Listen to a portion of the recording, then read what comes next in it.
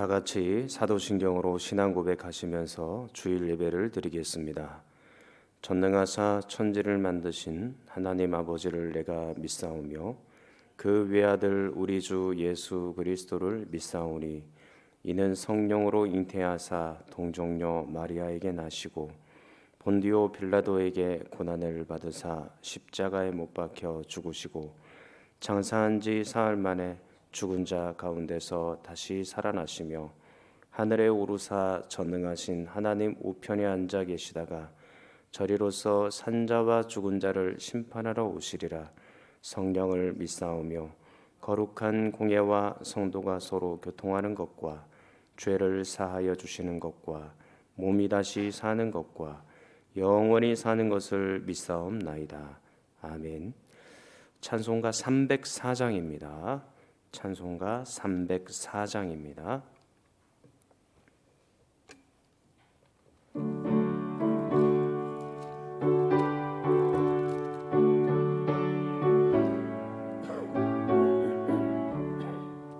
그 크신 하나님의 사랑 말로 다 형용 못하네. 저 높고 높은 별을 넘어 이 낮고 낮은 땅 위에 죄범한 영혼 구하려 그 아들 보내사 억지를 삼으시고 죄 용서하셨네. 하나님 크신 사랑은 증량 다 못하네. 영원히 변치 않는 사랑 성도여 찬양하세. 괴로운 시절 지나가고 땅 위에 영화 쇠할 때 주 믿지 않던 영혼들은 큰 소리 외쳐 울어도 주 믿는 성도들에게 큰 사랑 베푸사 우리의 죄 사했으니 그네 잊을까. 하나님 크신 사랑은 증량 다 못하네. 영원히 변치 않는 사랑 성도여 찬양하세.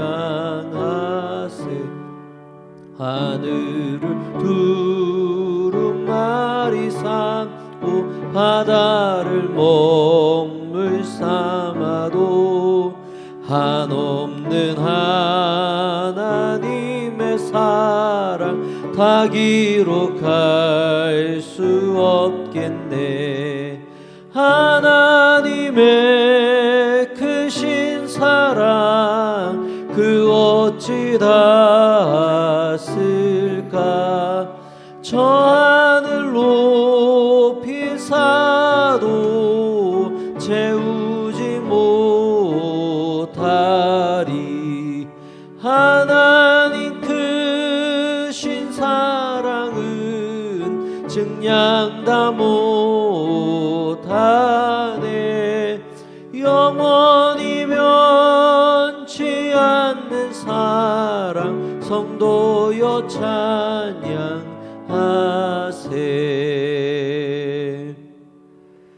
기도하시겠습니다. 저희를 사랑으로 품어주시는 하나님 아버지, 은혜와 사랑을 고맙고 감사합니다. 늘 연약하고 잘 넘어지는 저희들을 오늘도 용납하시고 예배의 자리에 앉게 하셨으니 그저 하나님의 긍휼만 기다립니다. 하나님께서 무너진 우리의 영혼과 삶을 치료하여 주시옵소서. 교회가 교회답고 목사가 목사답고 성도가 성도다워지도록 인도하시고 성도들의 가정이 하나님에 대하여 점점 더 관심이 깊어지게 하여 주시옵소서. 우리 가정 가운데 아직도 하나님을 알려고 하지도 않고 믿지도 않는 불쌍한 영혼들이 있습니다. 꼭 하나님을 믿게 하시고 모두가 천국 백성 되게 하여 주시고 하나님께 더 가까이 나아가게 하여 주시옵소서. 영유치부, 중고등부, 청년부, 주일학교 학생도 지켜주시고 더욱 믿음 위에 굳건하게 설 수 있게 하시며 교회에 모여서 예배드리는 날을 사모하도록 도와주시옵소서. 이 땅에 코로나19로 고통당하는 많은 백성들을 기억하시고 생명을 지켜주시고 그들도 예수님을 알게 하시고 빨리 치료받게 하여 주시옵소서. 코로나19와 맞서 싸우는 의료진과 공무원들과 일꾼들에게 큰 힘과 지혜와 능력도 허락하여 주시옵소서. 하나님 앞에 드려진 헌금 기쁘게 받아주셔서 주님의 뜻대로 사용되게 하시고 하나님의 영광만 드러나게 하시고 바친 가정과 자녀들에게 큰 복과 은혜를 허락하여 주시옵소서. 오늘도 하나님 말씀을 전할 때나 들을 때나 성령께서 인도하여 주옵시고 바르게 들을 수 있는 귀와 바르게 행할 수 있는 삶을 우리에게 곧 허락하여 주시옵소서. 예수님 이름으로 기도하옵나이다. 아멘. 광고를 말씀드리겠습니다. 코로나19 사태 세 번째 공지가 되겠습니다. 우리 사랑하는 성도님들께 코로나19로 고통당하는 모든 성도님들과 이 땅의 백성들에게 하나님의 위로가 있기를 기도합니다. 그동안 온라인 가정 공예배로 진행되었던 주일 오전 예배를 속개합니다. 만수중앙교회 당회는 다음과 같이 세 번째로 결정을 하여 공지합니다. 1번, 큰 이변이 없는 한 4월 5일 그러니까 다음 주일부터 1부, 2부, 3부, 4부 청년부 예배를 드리도록 하겠습니다. 주의사항이 있는데요. 노약자 및 영유아 또 발열이나 감기 증상이 있는 분들은 가정에서 교회 홈페이지로 일부 예배 실황 녹화본을 보며 예배 드리시기를 바랍니다.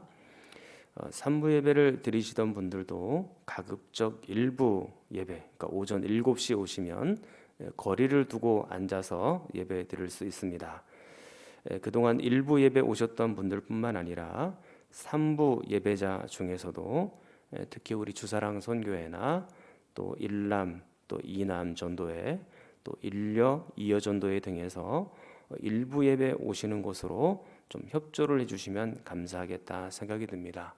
물론 뭐 삼남, 사남, 또 나머지 또 여전도 회원들도 언제든지 일부러 오시면 간격을 좀 넓게 앉으셔서 일부 때도 약 100명 정도 예배를 이 본당에서 드리실 수 있겠다 그런 생각이 듭니다. 2m씩 간격을 두어서 앉기로 했으니까 아마 스티커를 전부 다 좌석에 붙여 놓을 겁니다. 그럼 스티커가 붙어 있는 좌석에만 앉으시기를 바랍니다. 본당이 다 차면 지하 1층으로 또한 지상 3층으로 가셔서 지정된 방석에 앉아서 예배를 드리시거나 또 의자에 앉아서 예배를 드리시면 되겠습니다. 부부도 좀 따로 떨어져서 좀 앉으셔야 될 것 같고요. 앞자리부터 앉으셔야 나중에 오시더라도 뒷자리에 스티커 자리에 앉을 수가 있으니까 꼭 여러분들이 협조를 부탁을 드립니다. 이 좌석이 모자란 관계로 찬양대석에도 스티커가 붙은 자리에는 앉아주시기를 바랍니다. 기존의 2부, 3부 찬양대 대원들이 한 14자리 정도 그렇게 좀 앉아주실 수 있을 것 같습니다. 예배 중 헌금 시간은 따로 없고 들어오실 때 헌금함에 넣어주시기를 바랍니다. 주일 점심 식사는 제공이 되지 않습니다. 종료주일, 그러니까 다음 주일이 종료주일인데요. 성찬식 역시 진행하지 않겠습니다. 주차장 쪽 출입문은 열지 않습니다. 좀 불편하시더라도 본당 정문만 이용을 부탁드립니다. 1부부터 4부 예배를 드릴 때 반드시 이건 지켜주셔야 되는 사항입니다. 모든 성도들은 예배 중에도 마스크를 꼭 착용해 주시기를 바랍니다. 교회 출입할 때 손 소독제를 사용해 주시기 바랍니다. 예배당 입장할 때 이 체온을 좀 측정하겠습니다. 번거롭더라도 꼭 협조해 주시기를 부탁드립니다. 후에 정부에서 필요할 수 있기 때문에 예배 참석자 명단을 일일이 점검하도록 합니다. 예배 때는 통성 기도는 하지 않고 찬송을 할 때도 작은 소리로 하겠습니다. 악수 등 신체 접촉을 삼가해 주시고 가급적 목례만 해주시기 바랍니다. 주일 밤 주중에 각종 예배와 모임은 진행하지 않고 각자의 가정에서 예배 드리시기를 바랍니다. 수요 가정 예배 순서지는 홈페이지를 참고하시기 바랍니다. 주일 1부, 2부, 3부, 4부 예배 외에 교회 및 예배당 건물은 사용하실 수 없습니다. 2부, 3부 찬양대는 당분간 운영하지 않겠습니다. 묵도와 기도 후주와 축도 후주는 반주로 대체합니다. 우리 교회 학교에 대해서 여러 가지 당부를 드리겠습니다.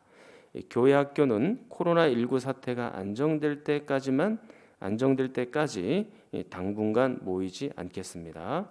각 부서, 그러니까 영유치부, 유초동부, 중고동부에서 매주일 예배 영상을 자체적으로 제작하고 있사오니 거기에 맞추어서 예배를 드리시기를 바랍니다. 지도해 주시는 부모님은 어린이 예배뿐만 아니라 장년부 예배도 꼭 드리시기를 바랍니다.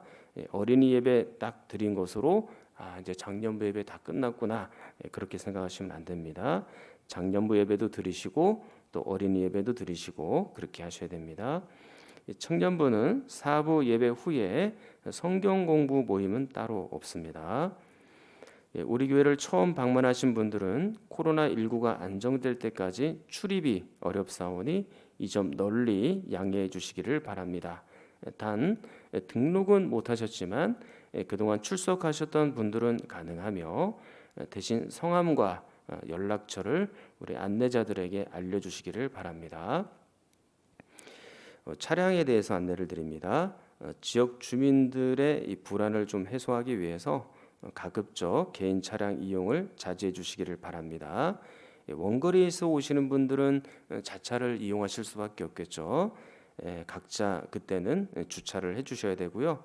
주차 관리는 따로 하지 않겠습니다. 주일 오전 차량 운행도 하지 않습니다. 대신방은 물론 병원 신방도 중단하며 수술하시는 환우들은 전화상으로 담임 목사님께 기도받고 가시기를 바랍니다. 장례 및 결혼식은 최소의 인원으로 진행합니다. 예배 후에는 다른 장소에 들르지 말고 곧장 집으로 귀가해 주시기를 바랍니다. 이미 여러 차례 방역을 하였고 최대한 추가 방역을 하도록 하겠습니다. 이제 부활주일을 앞두고 비록 예배당의 문을 열겠지만 아직도 코로나19가 종료된 것이 아니기 때문에 성도 여러분의 많은 기도와 주의가 필요합니다. 각자의 처소에서 확진된 분들, 또 불안한 국민들과 지역 주민들, 또 의료계와 공무원들, 또 코로나19와 싸우는 모든 분들, 성도들과 자녀들에게 신앙의 위축 없이 믿음의 진보가 계속해서 일어나도록 여러분들이 기도해 주시기를 바랍니다. 이제 하나님의 말씀 보도록 하겠습니다. 레위기 5장입니다. 레위기 5장 14절부터 19절까지입니다. 레위기 5장 14절부터 19절까지입니다. 구약성경 152면 정도가 되겠습니다. 레위기 5장 14절부터 19절까지입니다. 제가 봉독해 드립니다.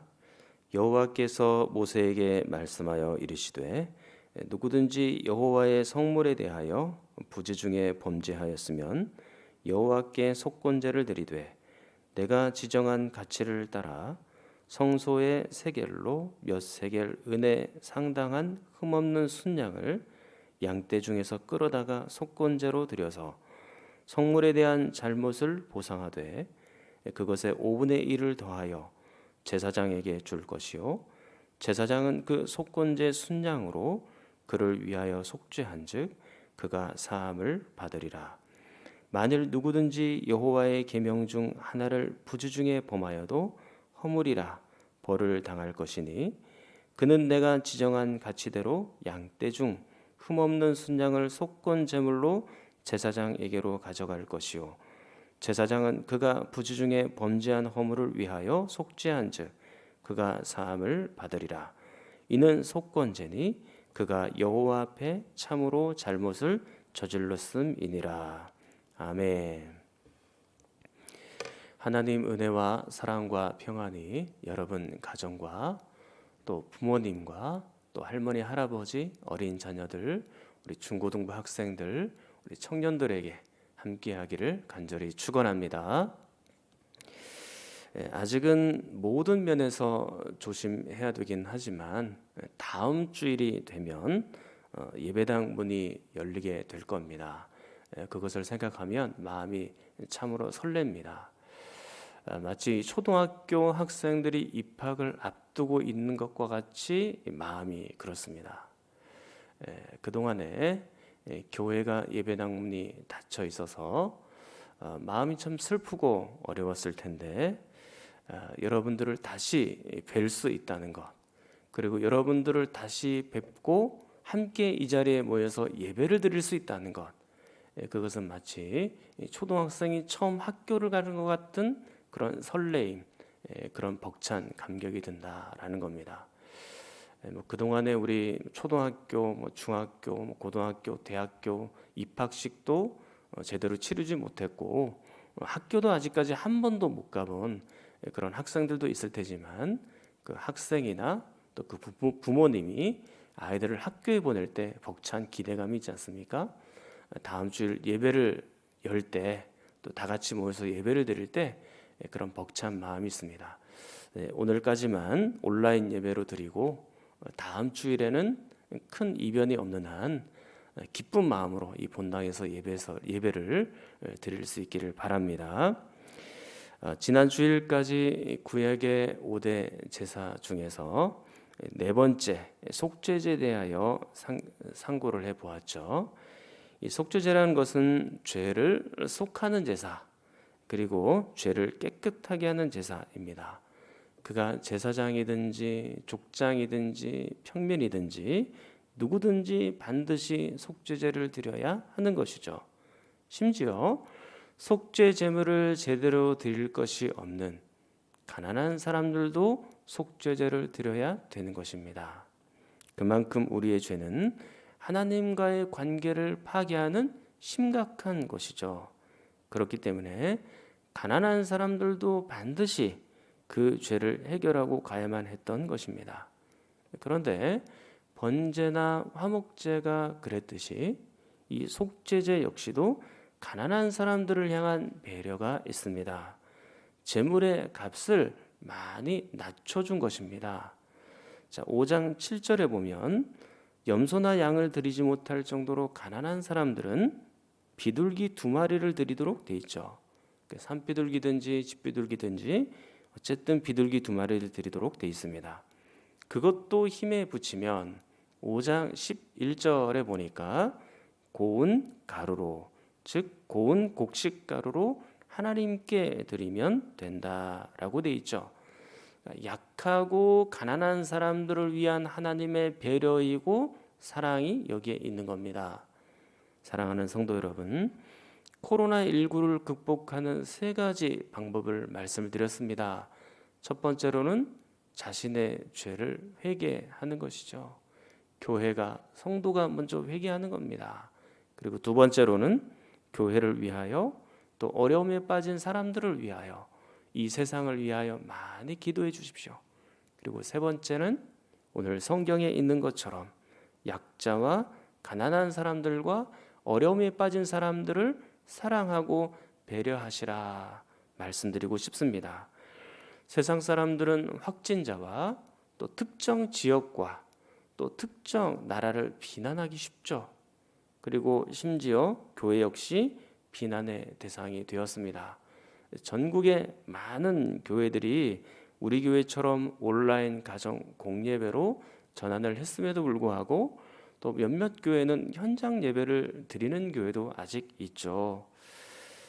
그 교회를 보면서 이 세상은 많은 비난을 가합니다.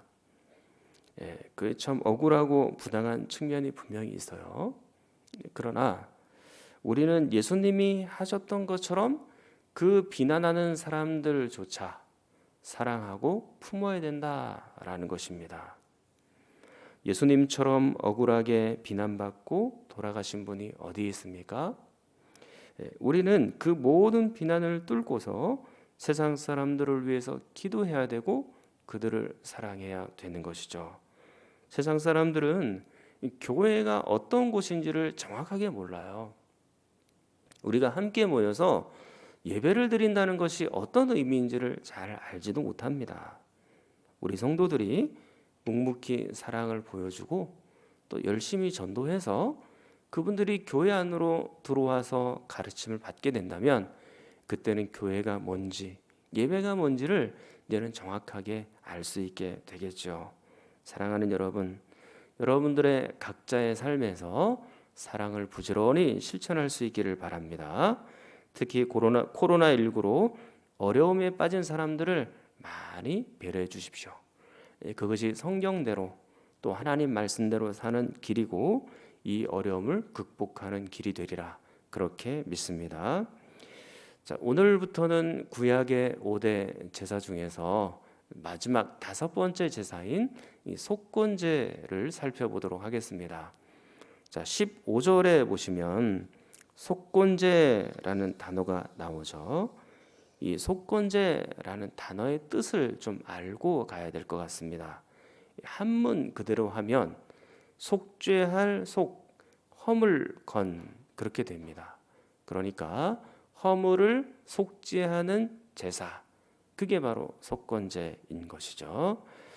그런데 성경에 의하면 허물이나 죄나 사실은 같은 말이에요. 허물도 죄이거든요. 그렇기 때문에 한문에 따라서 속건제라고 하면 속죄제와 구별하는 것이 매우 어렵습니다. 속죄제도 죄를 속하는 제사, 속건제도 허물, 즉 죄를 속하는 제사가 되니까 이 구별하는 것이 쉽지가 않죠. 그래서 신학자들은 속건제보다는 이렇게 번역하는 것을 좋아합니다. 배상제 또는 보상제, 그렇게 번역을 하기도 하거든요. 이 말도 상당히 일리가 있는 것이 속건제의 가장 큰 특징 중에 하나가 바로 배상 또는 보상에 있다라는 것입니다. 하나님께 손해를 끼쳤을 경우 또는 이런저런 것으로 사람들에게 손해를 끼쳤을 경우 그것을 배상하도록 그렇게 말씀하고 있기 때문이죠. 성경은 죄에 대해서 종종 이렇게 표현을 합니다.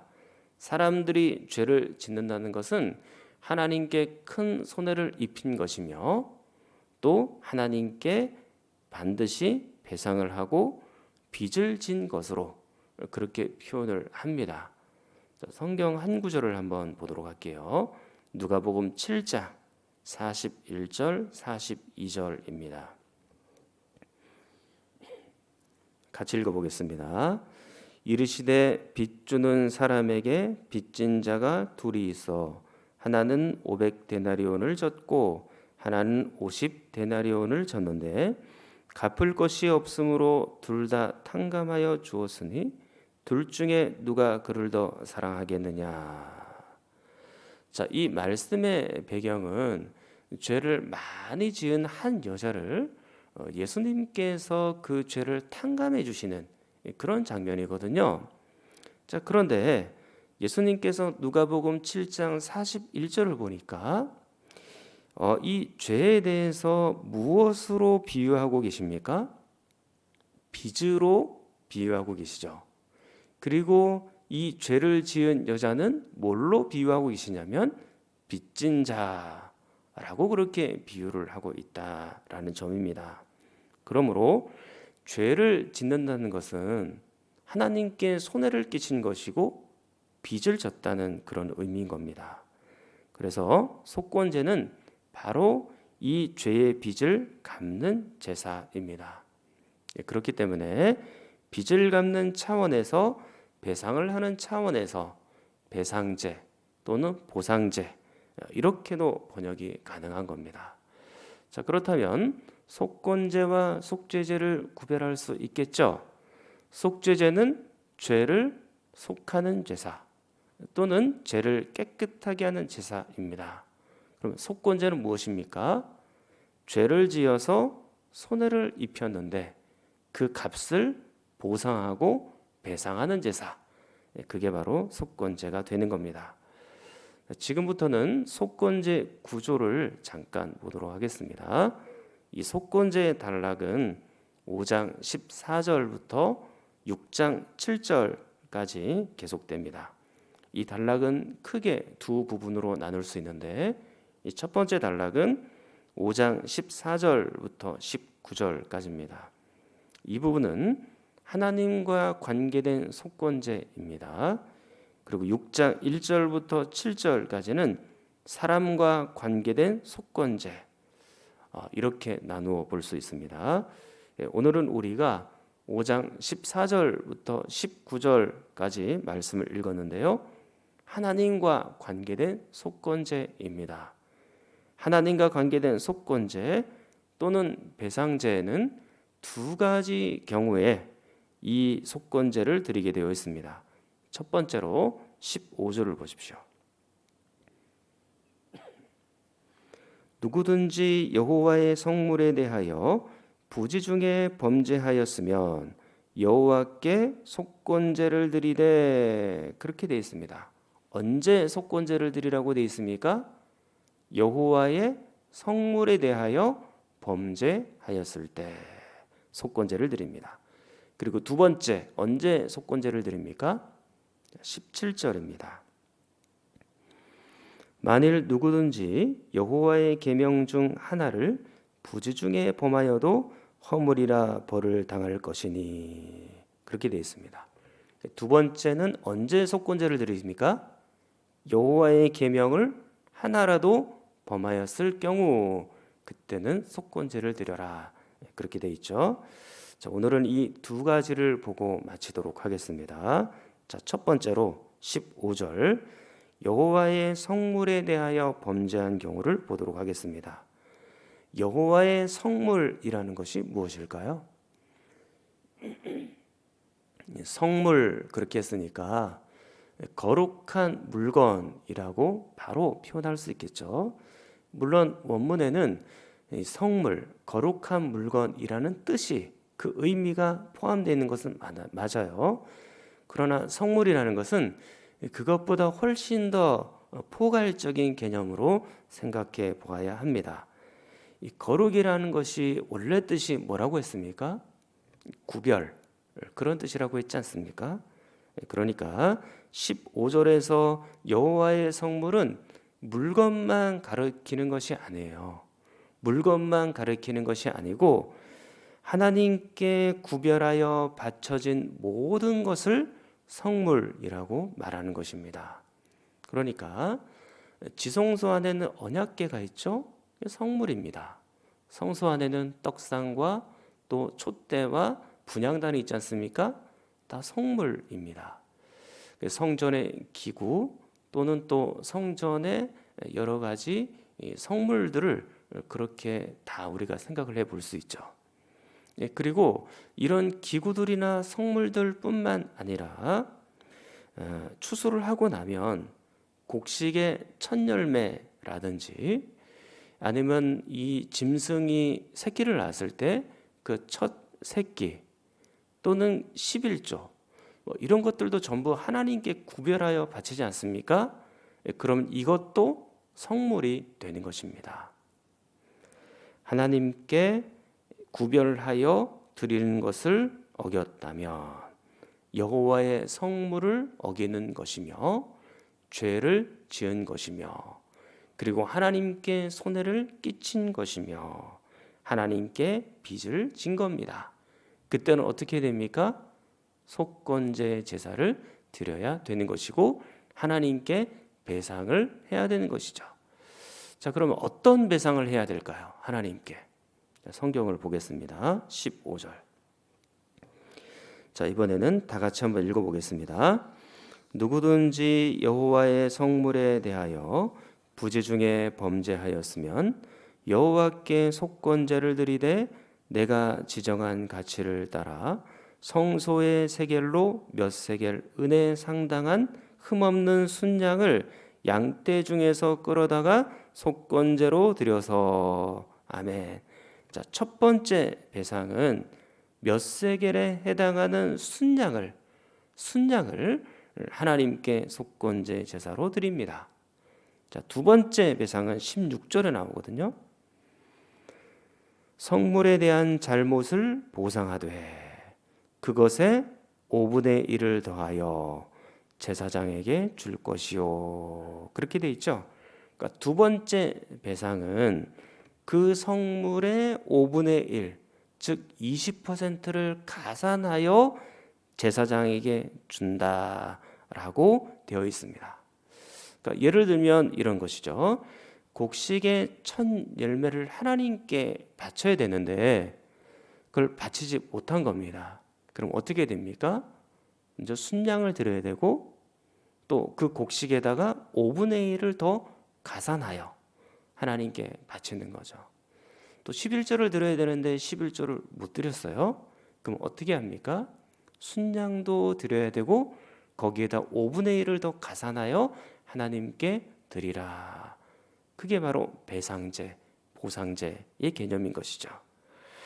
자, 두 번째, 하나님과 관련하여 언제 속건제를 드리게끔 되어 있습니까? 자, 17절 말씀. 만일 누구든지 여호와의 계명 중 하나를 부지 중에 범하여도 허물이라 벌을 당할 것이니. 그렇게 되어 있습니다. 여호와의 계명 중 하나를 어기더라도 지금 이 속건제, 배상제를 드리게끔 되어 있죠. 자, 여기서 여호와의 계명이라는 것이 모세 오경 전체를 가리키는 것인지 아니면 여호와의 성물에 해당되는 계명만 가리키는 것인지 정확하게 알지는 못합니다.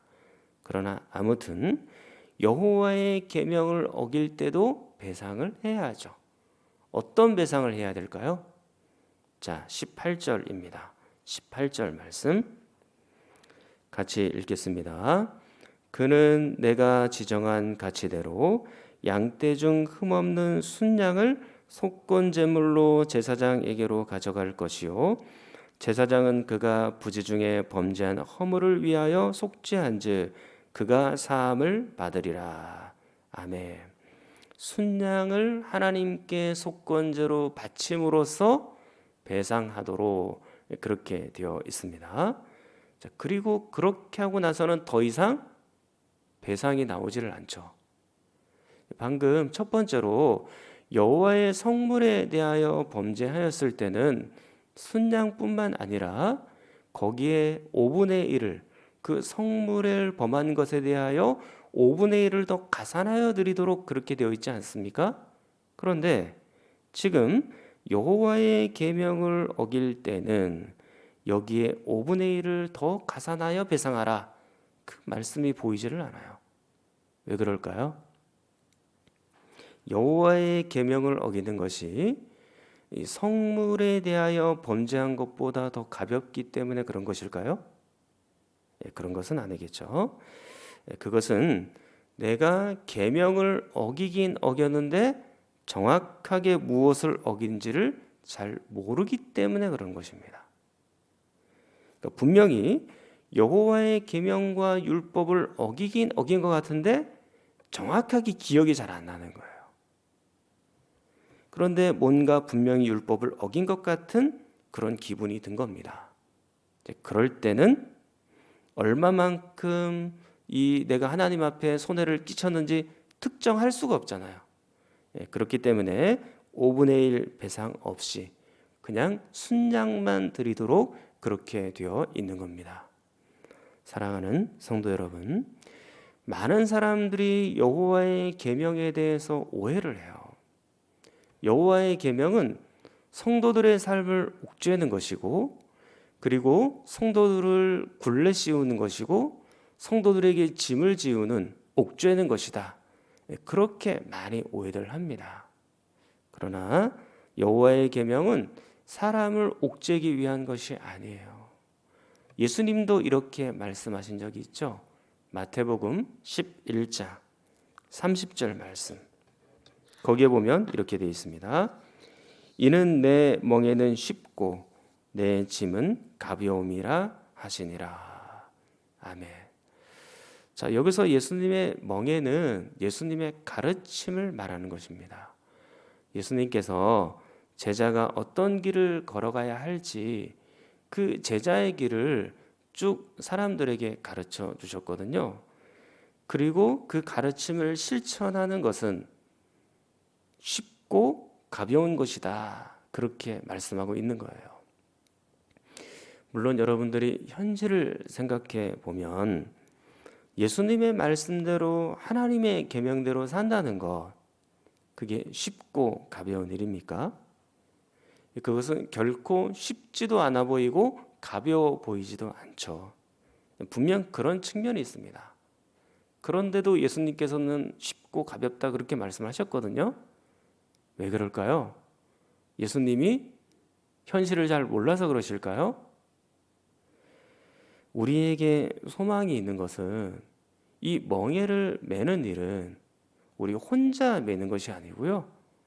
예수님과 함께 이 멍에를 맨다라는 것을 기억하십시오. 예수님과 함께 멍에를 매면 불가능한 것이 아니다라는 겁니다.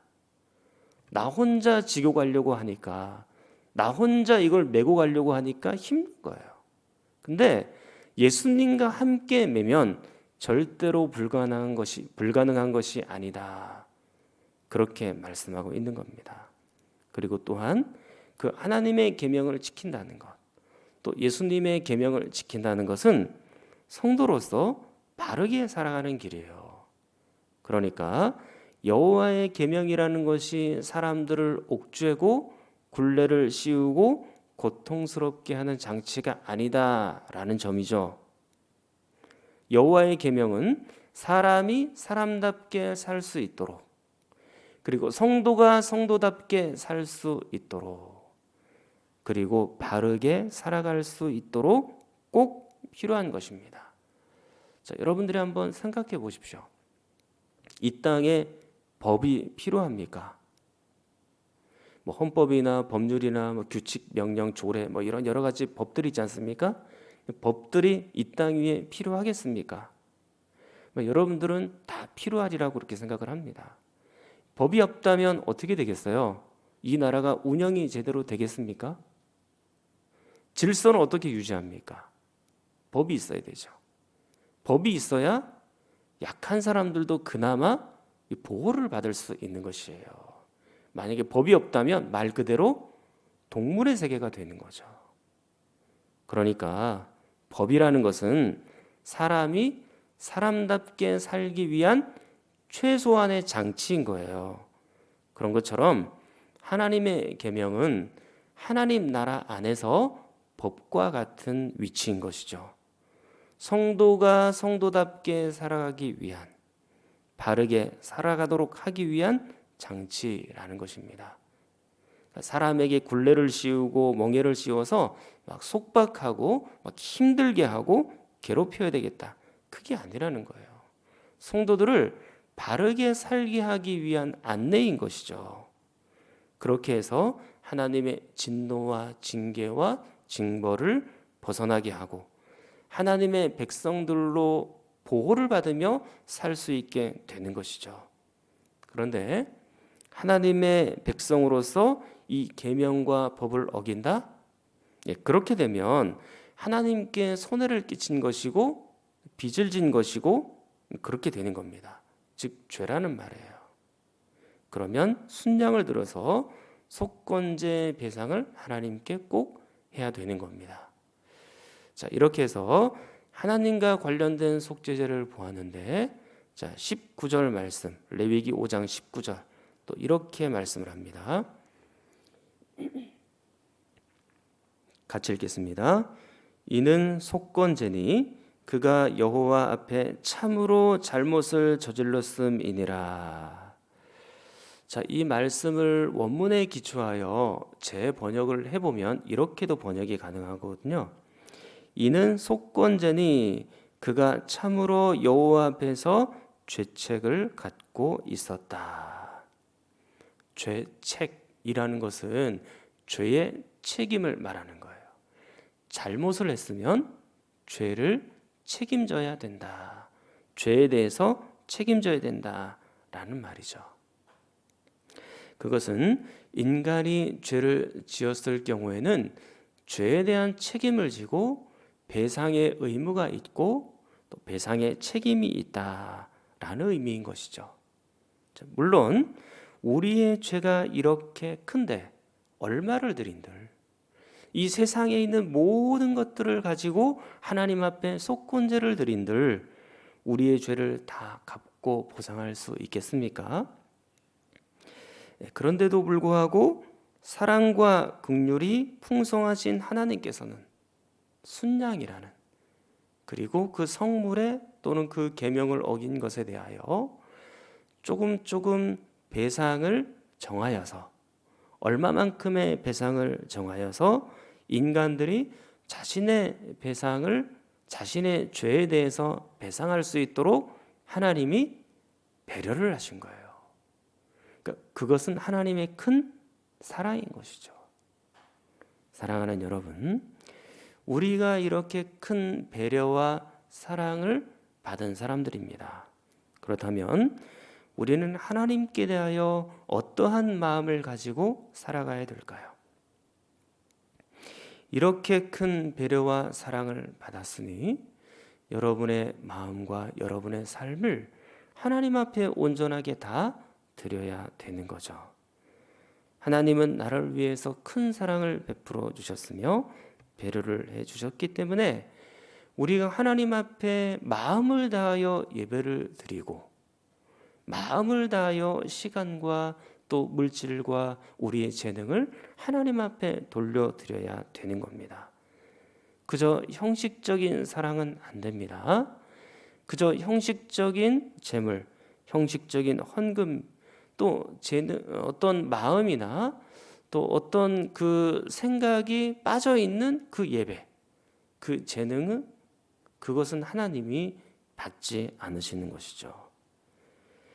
비록 우리가 지금 TV 앞에 또는 휴대폰이나 아니면 컴퓨터 앞에 모여서 예배를 드리곤 있지만 여러분의 마음을 다하여 하나님 앞에 예배를 드릴 수 있어야 되는 것입니다.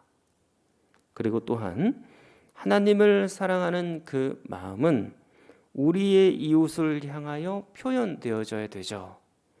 요한일서 4장 20절 말씀을 한번 읽어보겠습니다.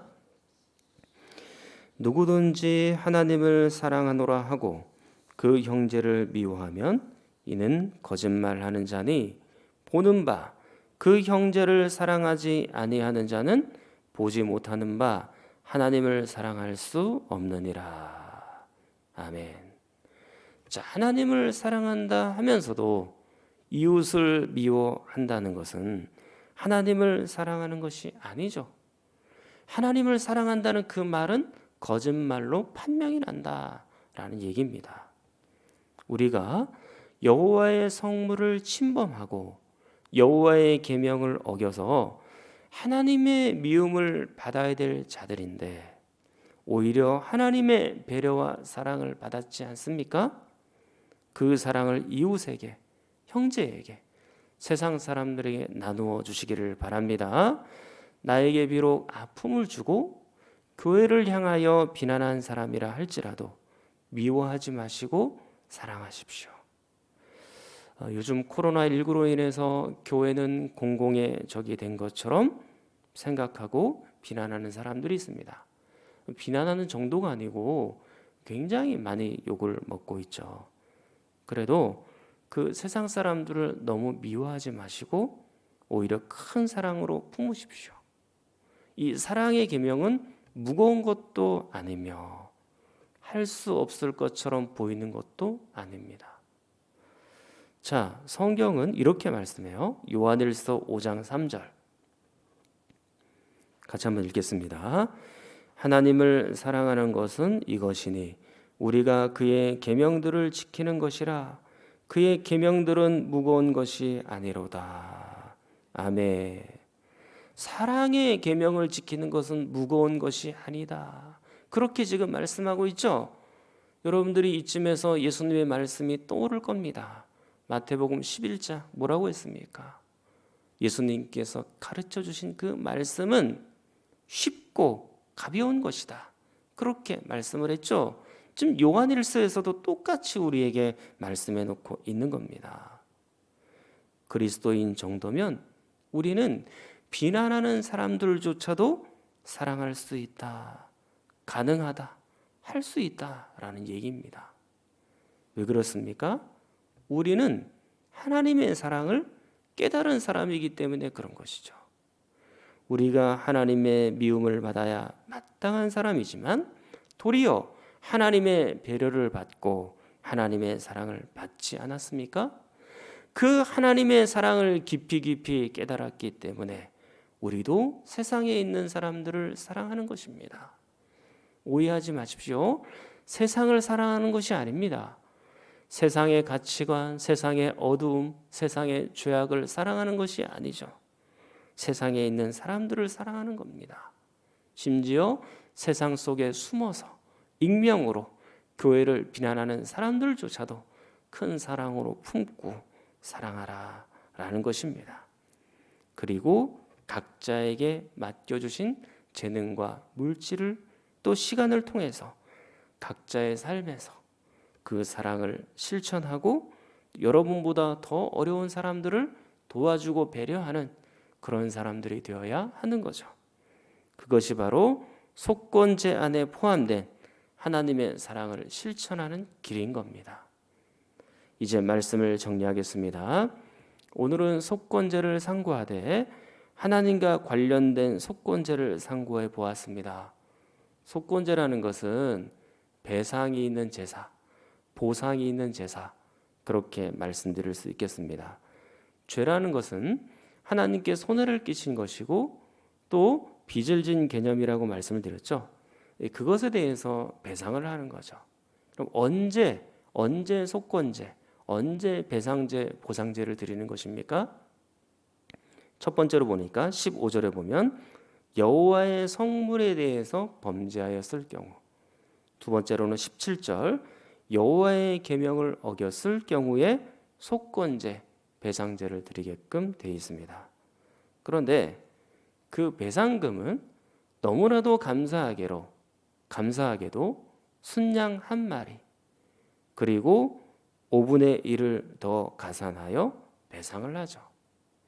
우리가 지은 죄에 비해서는 너무나도 작은 배상금인 거예요. 그것은 우리의 죄가 결코 가볍거나 또 작기 때문도 아닙니다. 그것은 하나님의 사랑이고 배려인 거죠. 사랑하는 성도 여러분, 속건제를 통한 이 하나님의 사랑과 배려를 우리가 받았으니 그 사랑을 다시 하나님께 돌려드릴 수 있기를 바랍니다.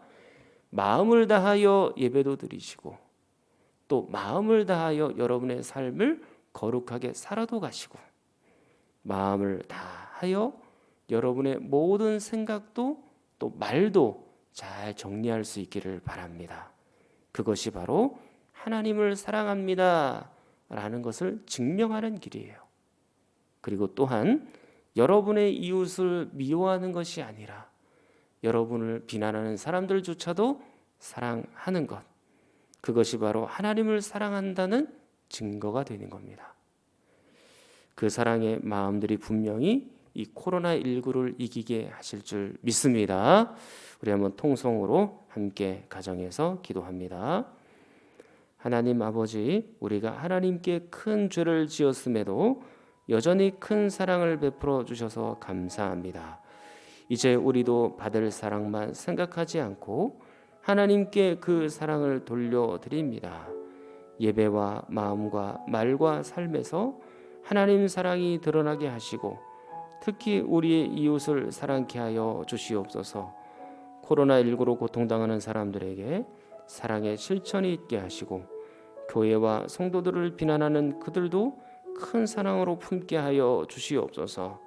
우리의 환우들을 위해서 또 코로나19가 빨리 종료되도록 또 북녘 땅에도 예수 그리스도의 복음이 전파되도록 함께 기도해 주시기를 바랍니다.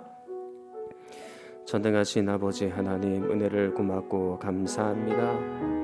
우리의 죄는 너무나도 큰 것이어서 다 표현할 수 없을 만큼 다 그것을 하나님 앞에 내려놓지도 못할 만큼 너무나도 큰 것이지만 하나님께서 그럼에도 불구하고 이 죄의 빚을 하나님께 죄를 지어서 손해를 끼친 것을 하나님 앞에 다 내려놓을 수 있도록 배상할 수 있도록 이 속건제의 은혜를 주심을 진심으로 감사합니다.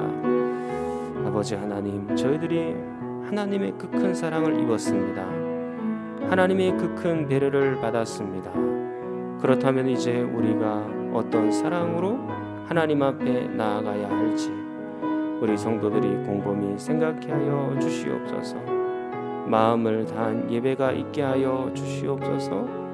찬송하거나 기도하거나 말씀을 들을 때 우리의 마음을 전체를 하나님 앞에 드릴 수 있도록 우리 성도들을 붙잡아 주시옵소서. 우리의 삶은 점점 거룩하게 되어지기를 원합니다.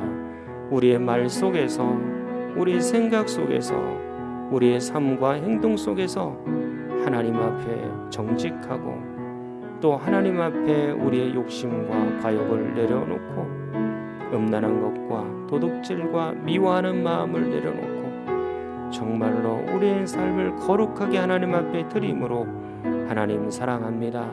그 증명하며 살 수 있도록 은총 더하여 주시기를 간절히 소망합니다. 특히 하나님, 우리 이웃을 사랑한다는 것, 그것은 곧 하나님을 사랑하는 것입니다. 하나님을 사랑하기 때문에 우리의 이웃을 사랑합니다. 하나님, 그 이웃에게도 사랑의 실천이 이어질 수 있도록 도와주옵시고 교회와 성도들을 비난하는 수많은 사람들을 향해서도 사랑의 큰 마음을 품고 더 겸손하고 더 낮아지고 더 우리가 낮은 위치에서 그들을 섬겨갈 수 있도록 은혜를 더하여 주시옵소서. 하나님, 우리에게 환우들을 불쌍히 여겨 주옵시고 이 환우들이 건강하게 만들어 주옵시고 빨리 회복되도록 은총을 더하여 주옵소서. 코로나19 빨리 종료되기를 원합니다. 온 땅에 이 코로나가 퍼져 있고 이것을 위하여 싸우는 의료진 공무원들에게 힘과 지혜와 능력을 더하시고 치료제도 빨리 개발되게 하여 주옵시고 특히 확진자들이 많이 고통받고 어려워하고 힘들어합니다. 하나님 찾아가셔서 그들의 모든 육체를 만져주옵시고 그들의 영혼까지 그들의 마음까지 예수 그리스도의 사랑이 전달되도록 은혜를 더하여 주시옵소서. 아버지 하나님, 저 북녘 땅에도 예수 그리스도의 복음이 증거되어지기를 원합니다. 남과 북이 갈려진 지가 오래되었습니다. 예수 그리스도의 복음으로 통일되게 하여 주옵시고 통일이 되는 날 그 북녘 땅에도 교회가 세워지고 하나님의 영광을 찬미하며 하나님의 은혜를 찬미하는 그런 예배를 같이 드릴 수 있도록 은혜를 더하시고 북한의 굶주린 백성들에게 은혜를 더하여 주시고 지하에서 지금도 예배드리고 있는 안타까운 그 성도들의 심령과 마음을 받으셔서 그 예배까지도 존귀히 받아 주시옵소서. 하나님께서 응답하여 주시기를 소망합니다.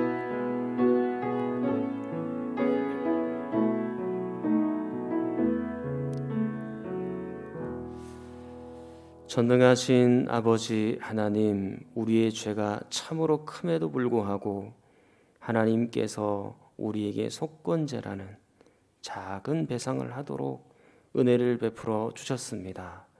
이제 우리가 하나님의 큰 사랑, 그 배려를 받았으니 우리도 많은 사람들을 사랑하게 하시고 특히 교회를 비난하는 사람들까지도 큰 마음으로 품고 용서하고 배려하고 그들을 향한 사랑의 실천이 있게 하여 주시옵소서. 예수 그리스도의 이름으로 기도하옵나이다. 아멘. 찬송가 218장입니다. 218장 부르신 이후에 축도로 예배를 마치겠습니다.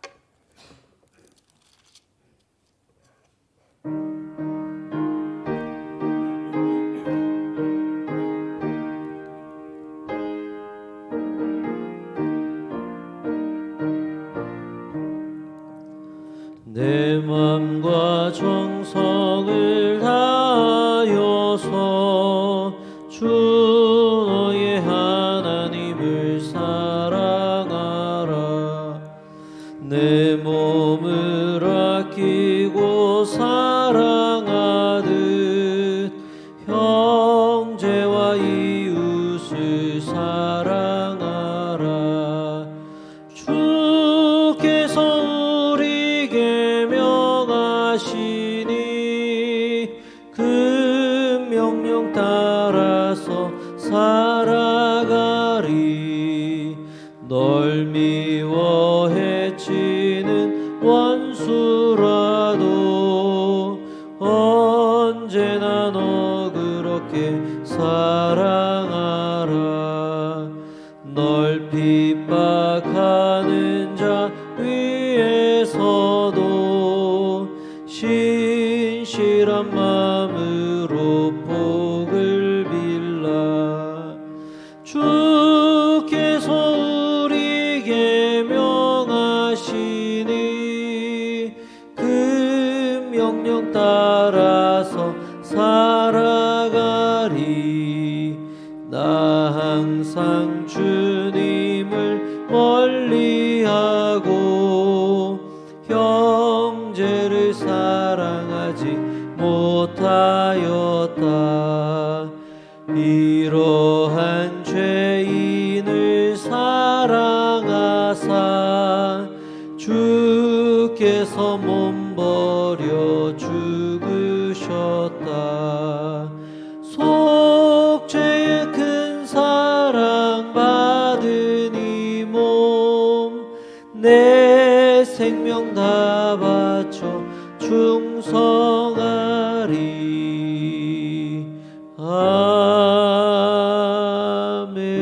아멘. 이제는 우리 주 예수 그리스도의 은혜와 하나님의 크신 사랑하심과 성령의 위로 교통하심이 속건제의 사랑과 하나님의 큰 배려를 받은 우리가 다시 하나님을 깊이 사랑하며 이웃들에게 예수 그리스도의 복음을 힘있게 증거하고 또 이웃과 형제를 사랑하고 배려하는 당신의 선한 백성들 위에, 가정 위에, 자녀들 위에 영원토록 함께 있을지어다. 아멘.